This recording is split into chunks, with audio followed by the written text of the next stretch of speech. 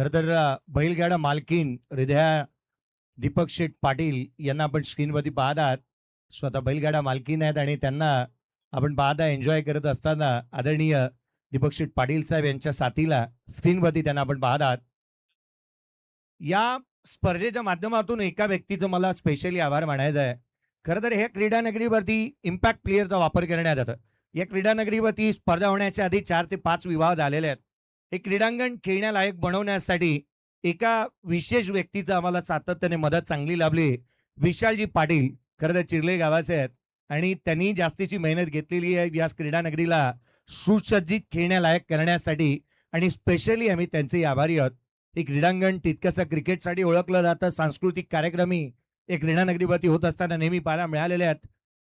धावफलकावरती 22ला 2 आहेत. येणारे 12 बॉल 53ची गरज. मृणाल वासोलकर पहिला बॉल थेट क्षेत्ररक्षकाच्या हातात. पहिल्याच बॉलवरती इथे विकेट प्राप्त करतो. आतिश ठाकूरने विकेट मिळवली. फलंदाज बाद.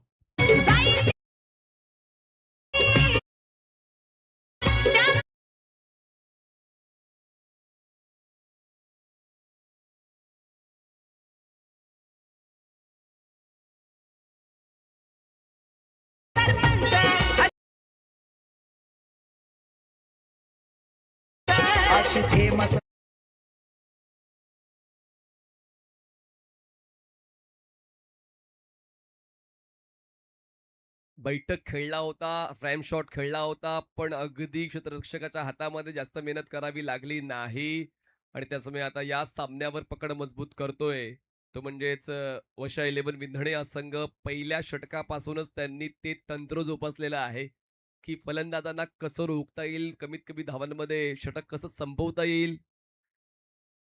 बॉल लो राहिलाय आणि आता आणखीन जास्त अपेक्षाभंग होऊ लागलेला आहे फलंदाजाचा. येतो हा डॉट बॉल. तर दिल्ली आणि देहरादून फारसं दूर वाटू लागले. 10 बॉल आणि 53ची आवश्यकता राहिली आहे. धावा तितक्याशा आलेल्या नाही आहेत. 22ला 3 आहेत.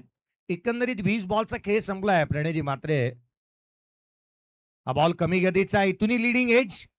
चेंड हवेमध्ये क्षेत्ररक्षक स्वतः भूषण मात्रे चेंडूच्या खाली आलाय. सॉफ्ट डिसमिसल आणखीन धक्का. निहाल मात्रे आउट.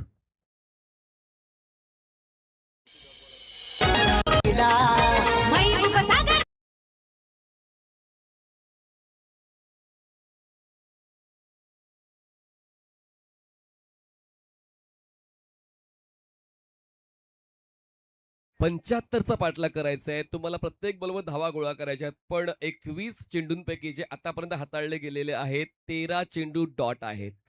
त्याचमुळे त्या गोष्टीवर देखील चर्चा व्हायला पाहिजे. चर्चा इकडे तर चालू आहे. पवन आणि तेजसच्या दरम्यान नेमकी कुठली चर्चा असेल पाहूया. आगामी भविष्यातली रबर बॉल क्रिकेटची चर्चा असेल की पुढच्या आगामी टेनिस बॉल क्रिकेटची चर्चा असेल.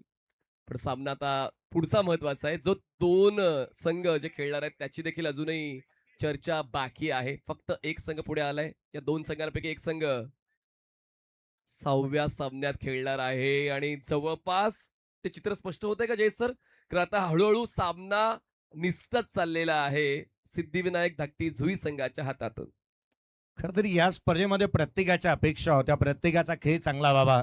स्वतः अपेक्षादायी कोळी आलेले आहेत. खरं तर आज आपण मैदानाच्या आतमध्ये आयुष कोळीला पाहतोय. त्याची बहीण स्वतः या स्पर्धा पाहण्यासाठी आलेली आहे. खरं तर प्रसिद्ध मराठी उद्योजिका देखील आहेत आणि त्यांचा वेफर्स कॉर्नर देखील आहे आणि आज त्या या ठिकाणी वरती पाहायला मिळाल्यात.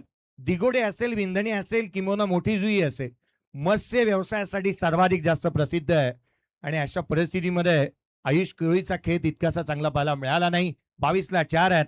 जगत सरकारने मेडन ओव्हर टाकली होती या स्पर्धेमध्ये आणि हा मेडन ओव्हर येईल का? शेवटचा बॉल आणि तोही निर्धावाला आहे. या स्पर्धेतली सेकंड मेडन ओव्हर पाहायला मिळाली. आतिश ठाकूरने हा कारनामा केलेला पाहायला मिळतो या स्पर्धेमध्ये. Second maiden over.